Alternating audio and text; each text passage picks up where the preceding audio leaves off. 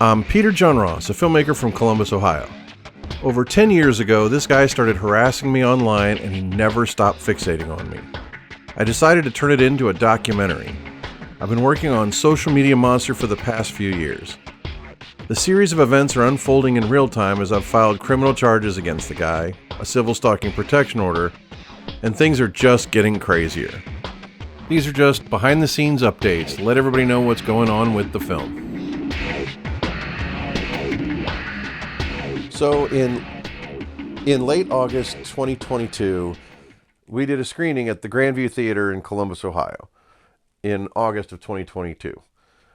There is no greater feeling in the world for a filmmaker than to sit in a dark room with a bunch of strangers and watch the story unfold. It is the coolest thing you can experience. It's different every time. The audience is this amorphous group that becomes like a collective hive mind in a way. And every time, because of the different people and personalities, watching every movie is a totally different experience. Seeing a movie with 3 or 4 people and seeing a movie with 70 or 80 or 100 people are 2 entirely different experiences, no matter what the movie is. One of the other things is you get to do a Q&A, the question and answer session after the movie. I've been a filmmaker now for 23 years, and this documentary, Social Media Monster, is by far the best thing I've ever made, both in terms of quality, but also in terms of the way it connects with audiences. People are fascinated with the story. It's like, it validates my own curiosity and interest when other people get interested. And the Q&A is a chance to learn how successful were you as a filmmaker. You can learn by the questions they ask, and you have to learn by your own answers. How well did you think about your decisions as a filmmaker? How well did that work? And so for me, it's like, it's my chance to share the spotlight with other people who worked on the film. In the case of Social Media Monster, 2/3 of the credits are pseudonyms because people are terrified of Matthew Berdyck going after them and their livelihood. This is a man who's made public Facebook posts saying, I'm going to go through your entire friends list and contact them and let them know you support blah, blah, blah, and just harass people. He wants to harass and intimidate people into not supporting the film. Social Media Monster.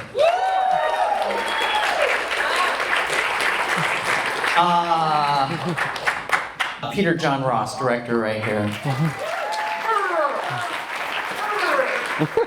Murderer. We have some of the filmmakers and participants up here. You guys have a microphone. Why don't you just introduce each one of yourselves, and then we'll start a question and answer session, if that's cool with you. I'm Peter John Ross, and I'm a recovering filmmaker.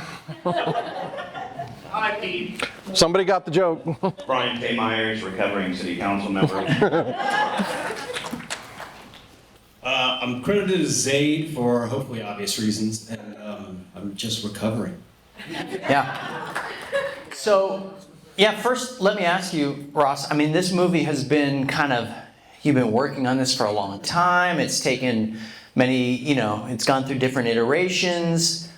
Is this the finished version? Is this the end? Where does it go from here? God, I hope I'm done working on this particular one, although we're knee-deep into working on part 2 right now. I can never, ever again say, oh, this is finished. I don't know. Yeah. I mean, if this actually gets sold for distribution, they'll probably want edits again. Okay. So I can't definitely say, but I'm going to say, I'm done working on this for a while voluntarily. Great. And it doesn't end because he never stops, right? No. I just spent the last 6 months getting a Civil Stalking Protection Order against them that was just granted a week ago. So I know, just based on our conversations, how just deep it goes and how problematic it is on a day-to-day basis. Explain to us all the hurdles you had to jump and crap you had to deal with just to do this? Oh, the screening today? Yeah. Just 2 to 3 weeks ago, I had approached a lot of people to do reviews, and no one will touch it with a 10-foot pole. One of the things is I found just an online indie film review podcast. It lasted 18 hours until Mr. Berdyck pressured them with so much abuse, they deleted it at 18 hours. He's still abusing them as of 11 a.m. today. Wow. Now, I told you guys you would be frustrated, right? I know that when I first watched this film, I sat there and I wonder if you guys had the same experience. You keep thinking how you would respond, how you would do it, how you would do it differently, right? But there is no right answer. There is no solution to this problem. How is it? I mean, we all just sat through this and know basically what he does and how he operates, but how is it now, with even the remove you have at this point, that this guy, first of all, update us. Where is he? What are the thoughts, and how does he continue to be able to yield this much power? He is living in his car. He's traveling between Washington State, Nevada, California, Oregon, in a big circle. The whole reason I was able to even file for the Civil Stalking Protection Order is he actually, after this movie, he did eventually get kicked off Facebook. A friend of mine from SOFA, the Southern Ohio Filmmakers Association, saw some of his abuse. She had a friend who worked at Facebook. That's one of the most interesting things about how does somebody like this get away? There's no phone number. There's no email address for anyone at Google, Twitter, Facebook, Instagram. There's no way to get a hold of a human being.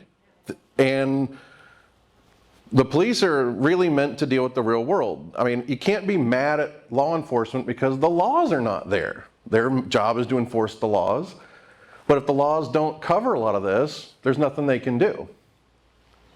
So with no human contact, it's the wild, wild west. But 2 employees from Google gave me the metaphor that it's like Google views themselves like a gun manufacturer. They're not responsible for what people use their tools to do. The difference is this isn't just the gun, it's the city, the town, the lights. Google and Facebook, they own everything. They're not just the gun. Right. But no one's forcing them to do anything. So he actually had made a new Facebook account after he got banned. Once my friend got a human being and explained it, he finally got kicked off. He's back on right now as an account called Matthew Berdyck. Because if you read one of the only 1-star reviews of this fantastic theater, it's from Matthew Berdyck, who makes it pretty clear that he's Matthew Berdyck while saying he's not Matthew Berdyck. So I think, you know, this thing is fascinating because it's so personal. You know, you are sucked into this story and this drama yourself. But I think we all know what the wild, wild west still looks like on an almost global level because of the misinformation perpetrated on social media, right? The Russian disinformation campaigns and all the stuff and fake news. How do you think this story, your story, Matthew Berdyck's story, ties into the larger narrative of the crap we deal with on a day-to-day basis right here in this country? I think there's serious parallels there. I mean, I think even Ray Charles can see the guy's a narcissist. So the parallels to certain politicians, not that I want to get political, I never wanted to see it, but there's so many parallels to all kinds of different people that you know in public society that are narcissists. There's so many direct parallels there that he's just a homeless guy with the same disorder and handles it the same way. But the weird thing is the amount of power that he wields because of where everybody's at in society now, he can make it appear, well, it's like the majority of the end credits are pseudonyms. And I requested that the crew take pseudonyms and not use their real name because he's gonna dox you, he's gonna find your employer, he's gonna try to get you fired. he will absolutely take that effort, and that's not illegal. And if you wanted to file for defamation, what's the incentive against a guy that has nothing to lose, that has no job that he can lose, no house he can lose? There's nothing to stop him and nothing to inspire him to stop. Right. Okay. Anybody have any questions? Raise your hands. Okay. I'm going to head back to you, sir. And while I'm headed back that way, I'm going to ask you a question, which is kind of tricky, but clearly we're dealing with somebody who is, as you addressed in the film, has mental health issues, right?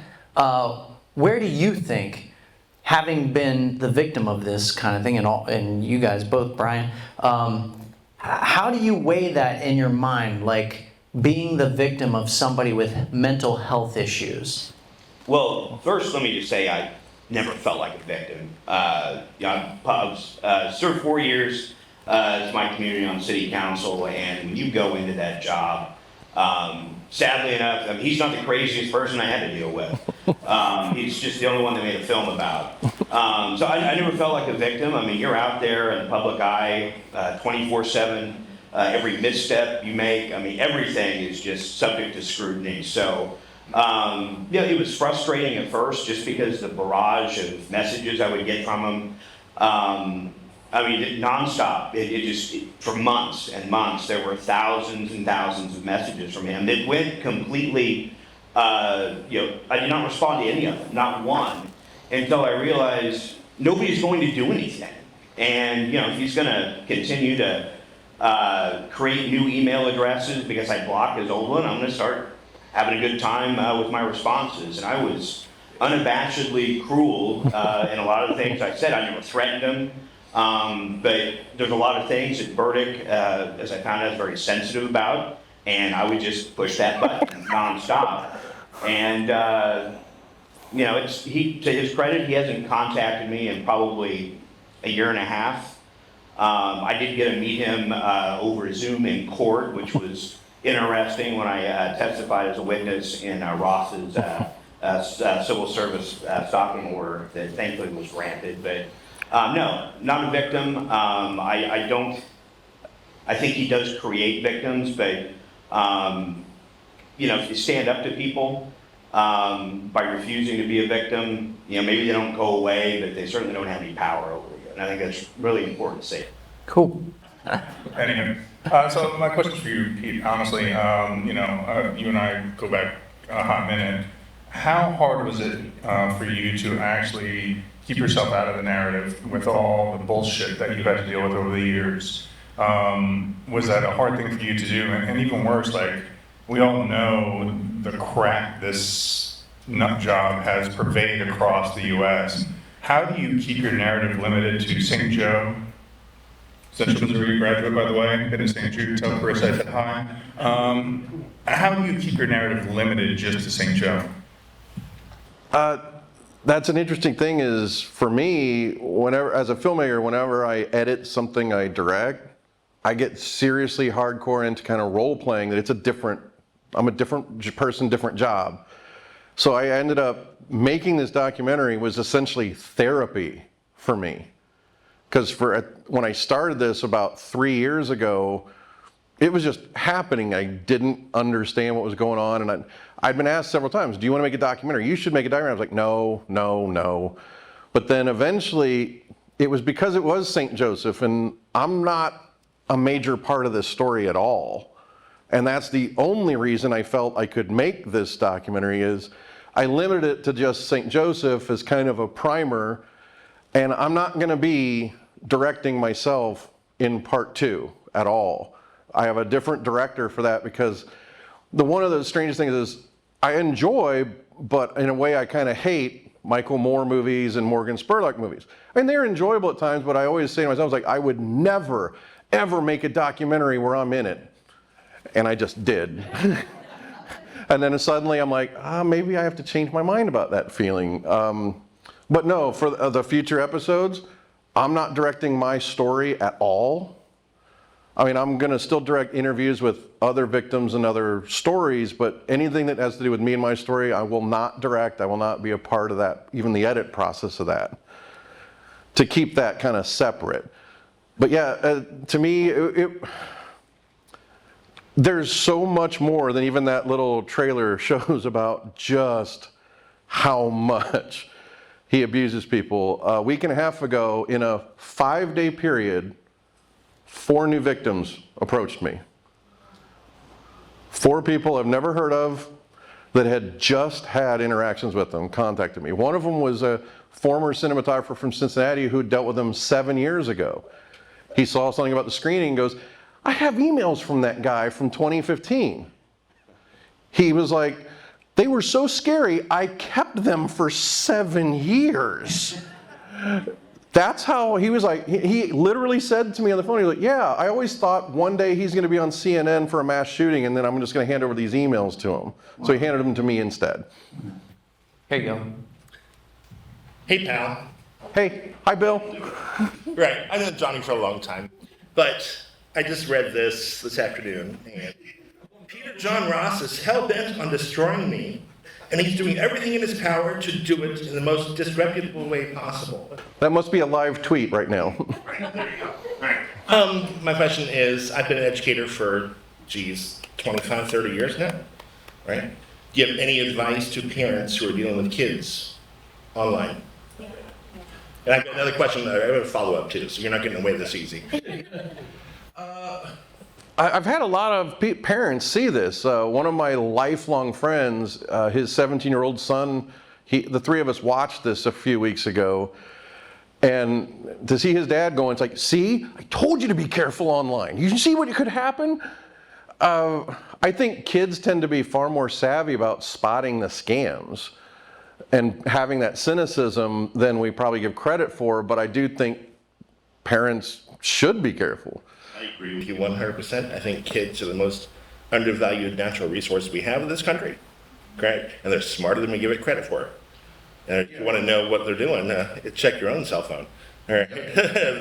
Check on your credit card. You should be saying your name is Jane Doe, in case. Jane Doe. There you go. Right, Jane Doe. This was fantastic. And I might actually get emotional because what I feel like I'm seeing from people, and I would never undervalue the trauma, the damage, the pain, the death that has occurred in places like Pulse Nightclub and Sandy Hook and Stoneman Douglas, all of those places where people who obviously have mental illness have perpetrated violence. But for me, I'm interested, who in this room has a definite mental health diagnosis? Raise your hand, please. Okay. And there are probably some people who feel like they might and haven't gotten diagnosed because of the fucking stigma. And some of the laughter that we all expressed, because stuff was funny, but it's also heartbreaking and terrifying to me that we don't pay more attention to the gap we have in our system. I don't think there are definitely legal things that this person and people like him should be held accountable for. But the problem is, even if you threw him in jail, he's not going to get the help that he actually needs. And that's what's scary, is that we don't talk about mental illness. I mean, you yourself even said, I want to be careful about this, when you said that the guy obviously has some mental health problems. We've got to start talking about it, because that's why these things happen. He knows there's something wrong with him, but he does nothing about it. He knows he's hurting people, does nothing to seek help and treatment. And that's the thing is that's what's tough about it. Yeah, it's really tough because You know, this happens a lot where somebody has mental health issues, but they can function. Right. And they do things that look kind of sane. They look like they're motivated by reason, right? He appears to be motivated by a reasonable kind of idea that he is reacting against this force that's coming after him, right? So it looks sane. but it's clearly not. And I think that's the problem. You know, there needs to be his own recognition, but also recognition also that, like, no, you are acting in an irrational, kind of abhorrent way, right? That's the gap in our system. Yeah, it's a high wire act. We got time for a few more questions real quick. Let me go over here and then I'm coming to you, ma'am. No, I just want to point out that he clearly had disposable income that he maybe could have sought help. You want this?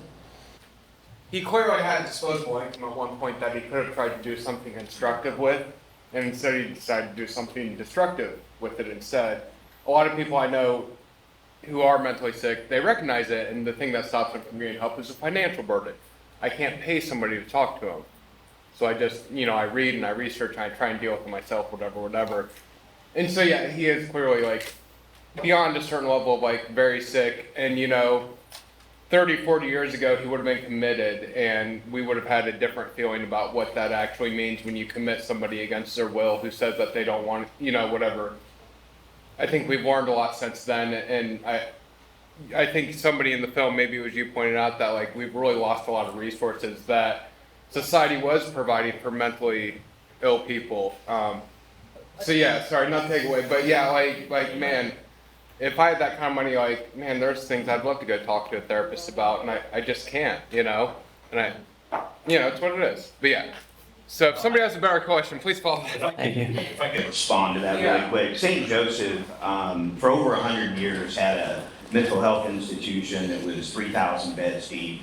And during the deinstitutionalization that happened from the late 1960s to the mid-1980s, a lot of people went into nursing homes, but a lot of them were sent back out on the street, or they privatized it and went into group homes that they don't often stay in because they're being supervised by people making $9.50 an hour that are unskilled, and it has wreaked a lot of havoc on our community. That gap that you pointed out. I spent 4 years as an elected official screaming about all of these problems that we have: poverty, crime. They're all symptoms of an underlying issue in communities like mine, and that is poor mental health care. I'm not saying mental health is the driver for all crime, but crimes that happen in the community that I used to represent, property crimes, vagrancy, rampant drug use, these are all key factors that go back to mental health that no one gives a shit about, and it sucks. But to your point, yes, keep talking about it, and hopefully it will get the right attention, but it's going to have to be grassroots, community by community, because no one on the federal level really seems to care. Okay, we had a question up here. Matt? Oh, yes. First, I would like to commend you and your crew on the entire documentary. It was awesome. I It had really was. exceptional help from start to finish on this. At the same time, I want to say though too that we all know that you don't argue with a narcissist. I didn't know that at the time. I learned that a long time ago. Yeah, this is how I learned my lesson, and I'm still paying for it. So aren't we giving him the attention? Even though I love the education I got today. I mean, it was so, because I never heard of this man before today. So, Most people haven't. but we're giving him the attention he's craving. In a way, I struggle with that. I get asked that every screening is, how do I feel about giving him the attention when he clearly is just craving attention? Well, he's clearly conflicted because he wants the attention, but he threatened a YouTube psychologist who specializes in narcissism, and when I talked to her on the phone, she said, the one thing a narcissist fears more than anything is being exposed as a narcissist. And then she said, the day you make this public where everybody can see it, he's going to make a beeline to your house to kill you. That was then followed by 2 other psychologists that said the exact same thing to me. Notice it's not available on YouTube yet. I kind of value my life right now. So the struggle is, do you not give them the attention? But the thing is, for me personally, it's been over 10 years. I've gone 12 to 18 months of not mentioning him, not replying, not doing anything. I'm still getting emails, texts, harassing videos, you name it. He never went away. So for me, that gray rock technique, as they call it, the totally ignore, didn't work for me. Multiple times I tried, it didn't work. I weigh it out for myself being, it's like, I have an extremely entertaining story. I think, and the other thing that's brought me an incredible amount of solace after this is there have been already multiple individuals and even whole communities where I've sent to city government, like San Luis Obispo County approached me, we're being harassed by this guy, Matthew Berdyck. And he sent me the trailer to your movie. Do you mind sending it to me? I sent it to the investigator for the district attorney. He then goes, do you mind if I share it with the police, the mayor's office, and a few other people? I'm like, as long as it's not public, go ahead. They immediately ceased all contact with it, going, okay, we now know what we're dealing with. It helped. So whatever ego it's feeding for him gets knocked out by the fact that there's somebody he could approach the way he's approached others and be like, I'm trying to get this person fired. If they can point to this documentary and they're like, ignore them, this is who you're dealing with, it's helping.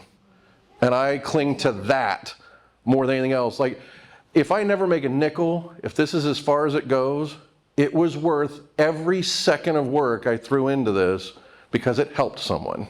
Amen. Cool. Real quick. All right.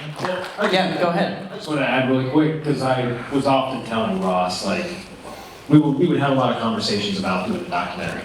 And I was always trying to point out that this is actually his story. For as much as he didn't want to be on camera, he was worried about bias because he doesn't like those Morgan Spurlocks or whatever type of documentaries. But the difference is this is his story as much as it's all of St. Joseph's story and everybody that's been affected by Berdyck. So I agree with your point, because we're kind of giving him what he wants in a way. But at the same time, this isn't really his story. I mean, you have to tell his story to sort of help illustrate everybody else's story, but it could really be anybody, because the bigger story is also how does he continue to do this? Where are the failings in our system? So it's really their story. It's not really the Matthew Berdyck story, even though it's all social media monster and all that stuff. But it's really Ross's story, and it's all the victim's story. So that's the way I like to look at it. Great. Okay, we got time for one last question, but if it's quick, we can get to you. Okay, go ahead. When is part 2 going to be ready? Holy God, I have no idea. This took 3 years. It's not going to take as long. I'm not setting a schedule. It takes as long as it takes, but we're... Okay. Ongoing series. I don't know. I don't know yet. There's enough material to do 6 of these, and it would never stop being entertaining. And at the same time, again, entertaining, and at the same time, I never ever intend this film to be mocking him. I don't disagree that some of the people in the movie do make fun of him. That's not the point of the movie. The movie's not supposed to be making fun of him. And I absolutely want to make sure that nobody starts harassing him. And I do not recommend anybody, I mean, if you want to peek at his Twitter, which I'm sure is quite electric today because he's extremely aware of this screening right now. But if you want to look, but do not interact. Don't harass him in any way. I think that is... Again, when I started this, I had no idea he was mentally ill. I had no idea at all what I was dealing with. It took years till I figured it out. So I would recommend to everybody, the point of this is don't mock the guy. Okay, Okay, real quick. Dying question I have to know. Did you ever try contacting Alex from Facebook, his business partner, and what was the response you might have gotten? He was my white whale for years. I wanted to talk to him, and I didn't talk to him until the fall of 2020. He gave Berdyck $600,000 over a 4-year period. What's even more damaging is Alex worked for Facebook, and as a Facebook employee, You get so many Facebook post boost Dollars. credits, and it's supposed to go to a not-for-profit or some kind of charitable cause. If Berdyck would get upset with you, he would make a post from one of his business pages and then put Alex Wong's Facebook credits behind it to reach, basically anybody that had to be scrolling on Facebook within a certain zip code. And that did not end until Wong, terminated his relationship. So it was more than just the money. Money was bad enough, but this is just yet another example of why Zuckerberg's a piece of shit and why platforms should be completely erased from the face of the earth. I'm surprised this kind of bullshit has not resulted in that guy getting sued, because this stuff happens all the time. And it's going to take legislation on the federal level before any of this stops. Yeah. Say one last thing. Yeah. Just want to add that Berdyck was actually approached to be spoken with for this documentary. So in case anybody didn't realize that he obviously knows about it, we've already made that clear, but he was asked if he wanted to be interviewed by a third party, so he wouldn't have to be in the same room with this guy and hopefully get triggered or anything that might happen, and he declined. No, he wanted $500,000. He requested $500,000 to appear in the film. Yeah, what's the matter with you? $500,000, I'd have way better things to do than talk about Matthew Berdyck. Okay, that's about all we have time for. First of all, thank you to Andy and his team here at the Grandview Theater. Thank you. Thank all of you for coming out and supporting films made right here in Central Ohio, the Columbus film scene. We can't do it. We can't grow this city. We can't grow this film scene without the support of people like you supporting people like these. So thank you. And I definitely want to say thank you to everybody who worked on the film. I'm not going to state their actual names, but I had so much help. Making this film has fundamentally changed me as a human being. I have put my ego in the pocket at every corner. I mean, the reason this is done so much better is every single instinct I ever had, I did the opposite of what my ego would want, and it's made everything better. Great. Yeah. Thank you, gentlemen. Thanks. Thank all of you, and thanks to Grandview Theater. Have a great day. These kind of opportunities are rare for low and no budget independent filmmakers. It's a chance for the audience to ask questions from the people that made the movie. If there was something that wasn't clear, you should really think about making changes. But the other thing is you can get questions if they're so curious of what happens next or how did this happen. And it's just an amazing experience to have people so into your movie. The worst thing is if everybody watches your movie and they don't care enough to ask questions. I mean, we have Q&As that have gone for over an hour before. The idea of somebody using social media to be so abusive and getting away with it, it's interesting to people. It's relatable. Everybody has gone up against an internet troll at some point in their life on social media. Having a screening and having a Q&A is a chance to share your film and interact with people. And that's one of the reasons why I don't think movie theaters are ever fully going to go away, is it's a completely different experience. And having the opportunity to do question and answer with an audience is even more rare. And I'm just so grateful to have ever had that opportunity. And I hope to get to do it again someday. Maybe with part 2.